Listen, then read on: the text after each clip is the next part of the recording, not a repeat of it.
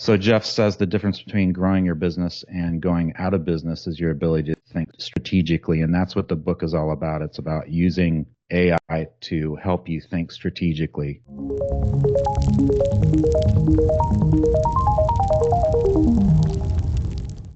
I know a lot of people in the program have read this book, and almost everybody has it on their desk.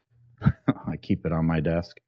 And he goes through these, he's got 6 different prompts basically that allow you to use ChatGPT or any LLM as your thought partner. I'll go through those prompts, and then I'm also going to show you a framework that I created from all of those prompts. I actually created a GPT that has the book in it that allows you to, it basically breaks down those 6 prompts, and you can combine those with some other prompts to get some pretty good results. And if anybody has a scenario they'd like to go through, we can do that once I go through that framework. So if any of you guys want to walk through that on this session, let me know, and we can walk through your scenario. So Jeff says the difference between growing your business and going out of business is your ability to think strategically. And that's what the book is all about. It's about using AI to help you think strategically. And he uses it for all of his strategic sessions and his quarterly planning sessions. And he's created a mastermind of people that they all do this, and it's all driven by this book. So the first one is the challenge biases and assumptions, and this is the prompt for it. And so you attach your strategic plan, and I want you to act as my AI thought partner by asking me one question at a time to challenge my biases and assumptions we've made. I also want you to challenge if our plan has the sufficiency to achieve our goal. Once you have enough information, give me a summary of where you think our plan is strong and where you see potential weaknesses, and recommend ways to improve it. So you want to use this during strategic planning to identify blind spots and make data-driven decisions. Use this early in your process to refine and validate your strategy. So all 6 prompts have this. I have a slide for each one of these. There's one for generating solutions. I want you to act as a thought partner by asking me one question at a time. Here's the situation. You give it the situation.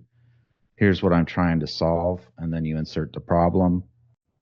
Please help me think through potential solutions. You're going to want to use this when tackling specific challenges. Use this prompt to engage AI as a brainstorming partner. And then you use this for any problem-solving stages. The third one is use cases. AI use cases. So I'm new to AI and unsure how it can help me. Interview me by asking me one question at a time to identify how you can help me. That's a really simple one. That's probably, if you're trying to get people on board with AI initiatives, this is probably the first prompt you're going to want to use to get them immediate results. So you use this at the start of your AI journey to identify potential applications. So this is people who might be skeptical. It's a good way to get them on board and get them a first win or give them a moment. The strategic thought partnering one we just went through. And then for quarterly planning, this one is, here are the priorities we want to focus on this quarter. What initiatives should we focus on to align our short-term actions with our long-term vision? And you apply this to ensure alignment between immediate actions and overarching goals. So if you have long-term goals, this is going to help you meet or match those long-term goals. Use this at the start of your planning cycles. Number 5 is iterative improvement. So the prompt is, this is our current workflow for whatever process and task you have. Where do you see opportunities to automate, streamline, or enhance using AI? For the use case for this is to optimize operations or processes. Automation's a big one. So for each, each of your employees, you could have them use this one to identify repetitive tasks that they do every day that they hate, so that they can spend time on more productive things. And you want to apply this during process evaluations or improvement sessions. And the last one is building a light bulb moment.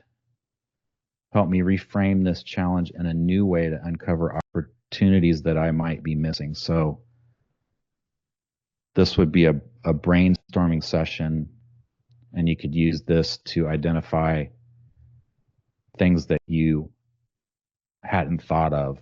This is a really powerful one. So you want to use this to build your own understanding of AI's potential and inspire your team, and then use it during the early stages of personal or team AI adoption.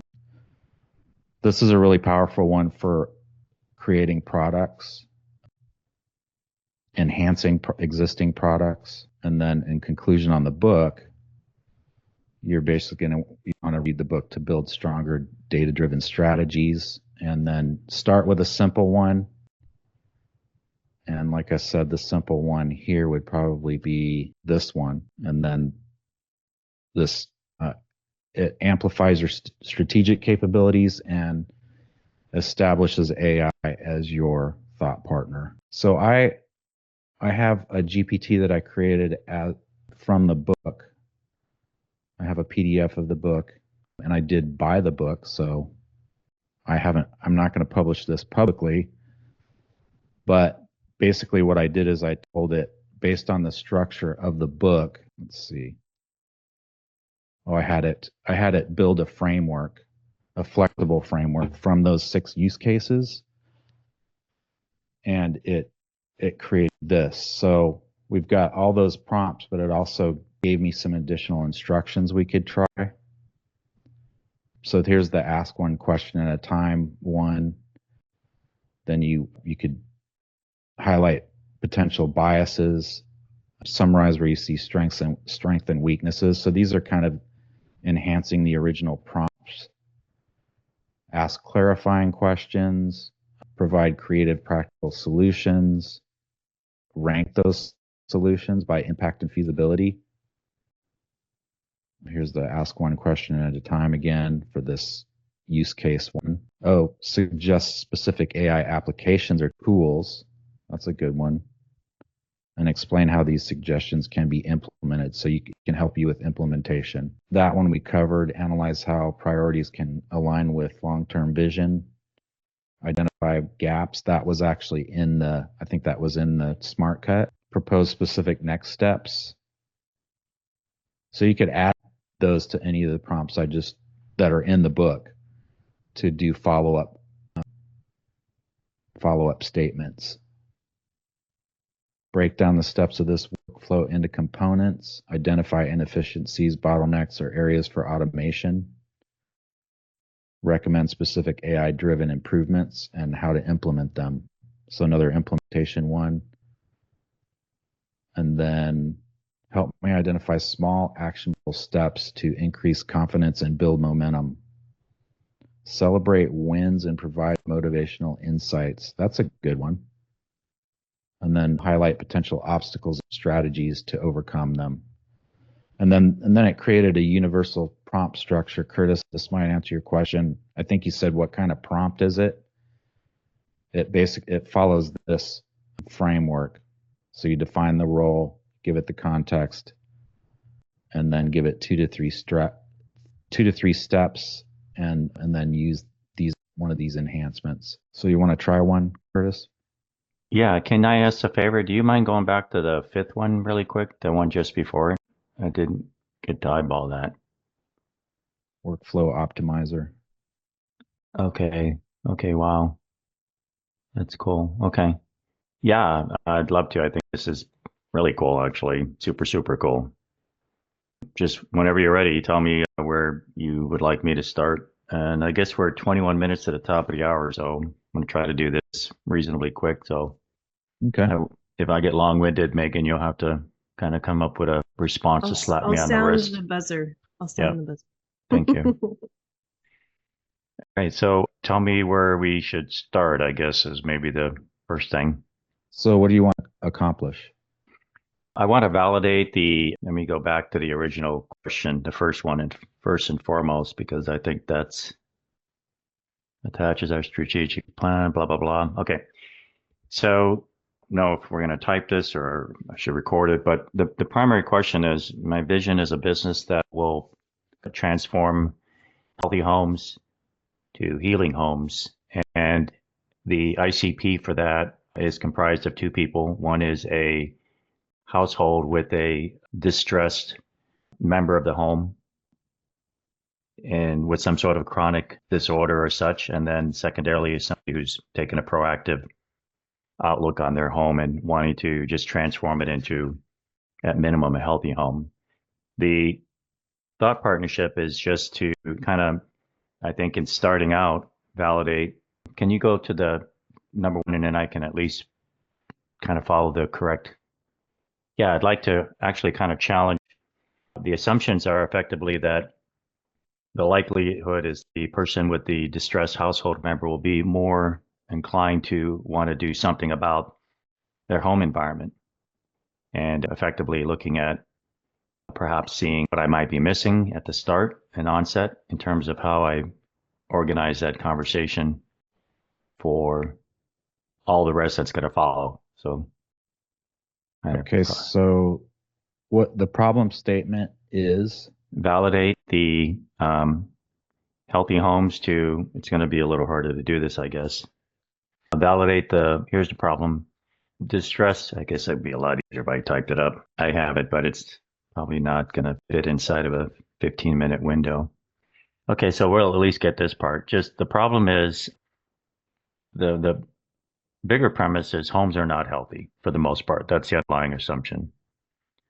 The vision is to transform homes to a healthy home and then healing home. The ICP is comprised of two.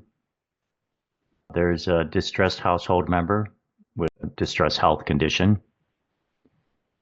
And the second one is somebody taking a proactive effort to just transform their home. The underlying assumption is that a person that's in a distressed household member. Oops. Okay, oh, there we go. See what it does. Okay. I didn't finish. Oh, that's okay. Hang on a second. Oh, that's a great response. Let me. And I would actually add, if you would add an edit to the top, it would cover all the aspects of a home, not just one. Let me cut this. Try this again here. So the ICP, distressed household member with a health condition, and then the home's not healthy. Right. Is not a healthy environment. Correct. And then what else were you saying? I think and this might actually answer some of the question, the approach is to provide a survey whereby the ICP has the ability to assess the health status of their home. And the service offering is to provide a systematic approach to do that transformation via a services and product roadmap, an offering of services and product roadmap. Hopefully that's not too big. And it covers all aspects of the home. So they're systematic approach to systematic and to transform the home. Do we want it? Do we want it based on their condition? No, that will play into it, but it's really the bigger premise is that a person in a particular stressed state will at least be prompted and motivated to want to investigate the status of their home. And then fundamentally, when I say a systematic approach is that would play into it, but for the purpose of this, and I guess we could take the underlying assumption that, the person's health condition might play into it. But to answer your question, and when I say systematic approach with products and services, there is, providing a systematic approach to trying with products and services. based on, yeah, there you go. Interesting to see what it says. How are you defining healthy and healing? It's not asking me one question at a time though. Let's make sure it does that. And I actually have that defined. So I guess I could see where it might be helpful if it's asking that question to actually, and actually there is a measurable framework. I have so that's actually really good. Just based on that alone, it's not going to work if I don't provide some context around what constitutes a standard. What evidence or data do you have that the ICP would find a survey valuable or motivated to complete it? That's interesting. Yeah, that's good though. I mean, this is again, like you say, it's meant to explore what I might not have thought of. And I do have some data points for that. I can provide data for various issues in the home. But do you have a short answer? I would say that I would model the survey against recognized, I don't want to say industry standards, but that might be the only way I could come what comes to mind. So I would be providing some basis for people to actually have some way to score this. I guess simple example like water, simple example. You know, most water is pretty bad. Look at that. All right. Are you confident that recognized industry standards account for the unique needs, preferences, and lived experiences of your ICP, or might they reflect a generalized perspective that doesn't fully align with the distressed household members? Wow, that's good. I would say it would be a generalized perspective. Water is water is water, as an example. Toxins in the home, mold, products, those are, I think, yeah, yeah, water, toxins, mold, that's probably okay. Let me see what it does with that. Here's my next question. Man, that's funny. All right. It would be done via a scoring system with weighted averages to capture that's probably to provide a level, I guess I might call it a health level, and recommended steps to address it with curated products and services. But my question makes sense. Good questions, man. This is good. I actually had this all written up, but I'm going to have to think about this. How would I ensure varying severity rather than treating all risk equally? You could also do this. You could say, I'm not sure. Oh, okay. Oh. So I don't have to be more clever than ChatGPT. Oh, no worries. Here you go. I solved your problem for you.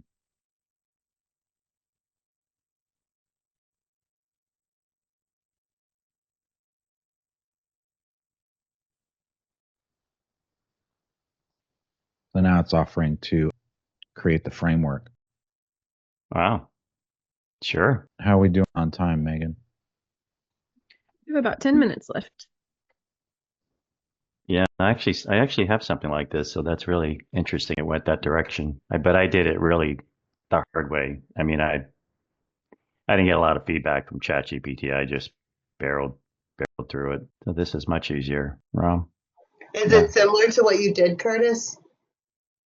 Was that you asking the question, Don? Yeah. Yeah. Yeah, actually, it aligns. I would characterize it as probably being, because there's lighting that's not taken into consideration. There's the materials of the home. There's a various range of different topics. There's lighting. So it kind of covers it, but at the same time, I think I would have to sit down and look and see what it said, look and see what I said to align it. But yeah, this is brilliant. And I think actually what's really helpful seeing here is just the level of importance. And I'll just give you a quick context in health, in the context of health.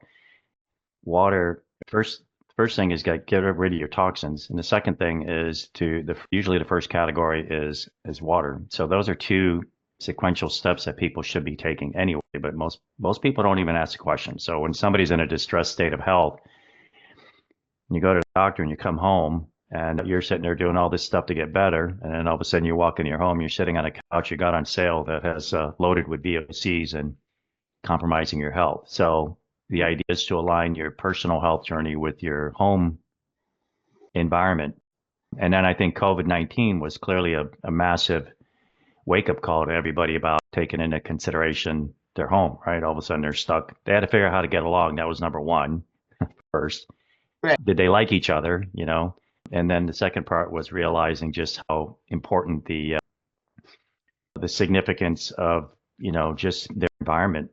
I think it raised the awareness substantially, which is a bit of the inspiration behind this. And in addition to the fact, my own personal health.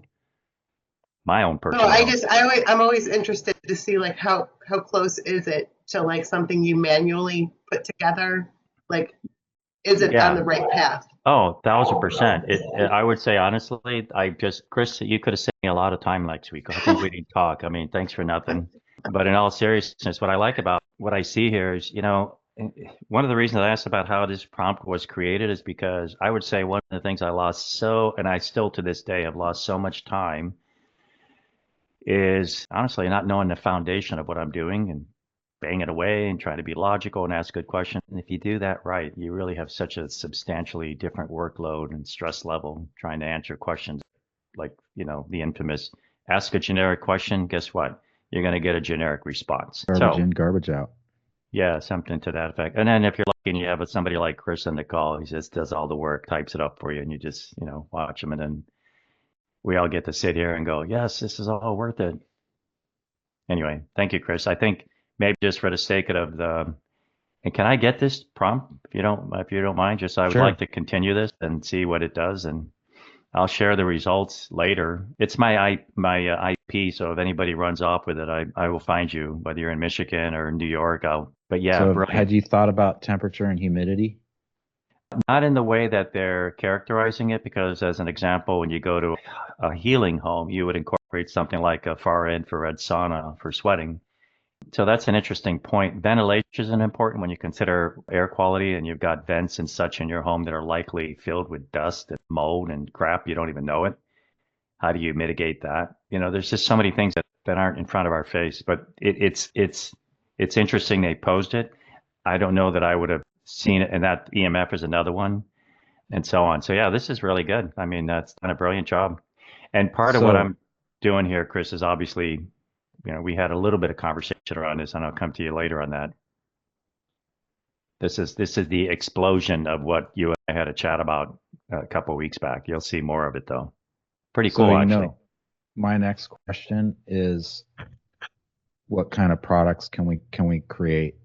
So that's a great question. It's products and services are really kind of in effect it's a curated. So, you know, so the scenario might be, the user journey might be, here's the scenario, and you get the score, you get the surveys, the mechanism for call to action, get a scorecard back, something that validates and verifies what the person's actually dealing with, but doing it in a systematic level and having kind of a level of maturity, level 1, 2, 3, 4, thereby allowing a person to kind of follow a curated journey. So the first and easiest thing to do would be to detox your home and then maybe buy some plants for air quality and then perhaps explore water. That'd be like a level 1, and you'd have a series of preferred vendors and products and put that into a predefined shopping cart, like, you know, like Amazon. Some logistics and challenges to figure out, like, how do you have all these items arrive, and have a customer success component where a person would, you know, there'd be a person in the loop that would reach out to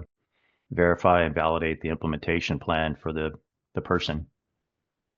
And then, you know, kind of have a social media drip system that would say, hey, you know, you reached level 1, you know, are you ready for level 2? And this is what that looks like. Tell us what your new situation is. We'll give you an updated score. And the real key to this, though, is to try to have a facilitated journey. I think all of us look for, you know, a journey. That makes sense. You know, it's hard to figure out where you're going well, let me just say it this way. When you think you know where you're going, being given some good directions to know how to get there in a way that you can actually do. Oh, look at that. Is it taking my stuff here right now? Or is it listening to me? What? No, but it's funny. I think it's prompting you to say what you're saying. Oh my God, that's a trick. Is it taking my audio, my recording? Or no, that's trippy. But I did. Wait a minute. Did it just do that? You saw me prompt, right? I said, Yeah. Give me a list of products.